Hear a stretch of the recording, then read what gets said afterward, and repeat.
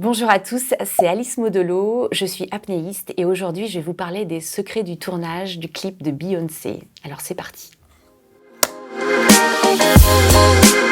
J'étais pas du tout prédisposée à devenir apnéiste puisque je suis née à Clermont-Ferrand et que mes parents sont chirurgiens dentistes et que j'ai emboîté le pas. Mais j'ai découvert l'apnée complètement par hasard dans une piscine. Ça a été un coup de foudre et je le savais pas encore, mais ça a guidé tous mes pas. Alors aujourd'hui, je suis vice-championne du monde d'apnée. Ces médailles, c'est un peu le papier cadeau. Ce qui est le plus précieux dans tout ce parcours, c'est le chemin justement. J'arrivais très tard dans la discipline. J'ai arrêté ma carrière de chirurgien dentiste à 35 ans. J'ai compris qu'il fallait que j'actionne des bras de levier importants pour faire la différence, sinon jamais j'allais rentrer dans le game. Quand j'ai déménagé dans le sud pour pouvoir plus m'entraîner et faire de l'apnée, j'arrête tout parce que j'ai du mal à trouver mes repères.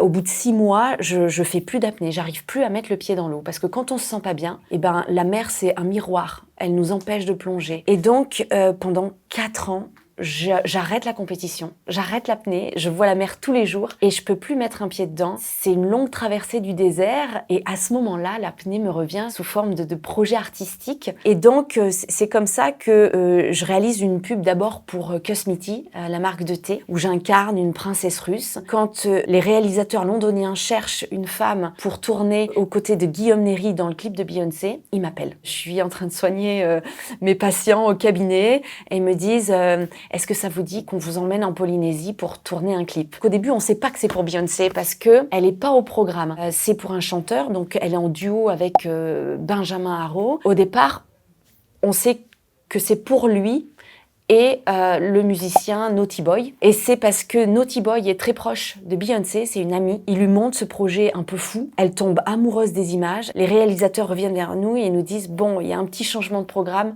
Beyoncé veut absolument poser sa voix sur ce titre.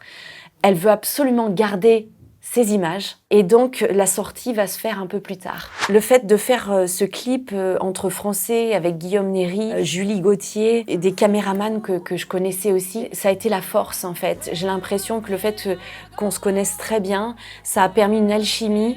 Et parce qu'on a eu que 4 jours de tournage, c'est très court, avec des scènes très différentes, avec 2 acteurs, donc Guillaume et moi. 4 jours en milieu naturel, c'est très très court. Ça a été une chance assez exceptionnelle de me dire, voilà, je peux être chirurgien dentiste, je peux être sportive de haut niveau et je peux être aussi actrice. Le premier jour, il y avait beaucoup de mer.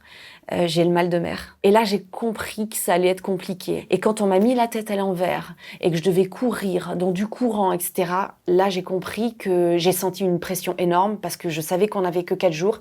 J'arrivais pas à courir parce que j'avais pas de support solide, donc ça me paraissait impossible. Il a fallu qu'on use d'astuces pour que je réussisse à faire cette prouesse technique. Je pouvais difficilement mettre du poids, mettre des kilos de plomb pour pouvoir couler.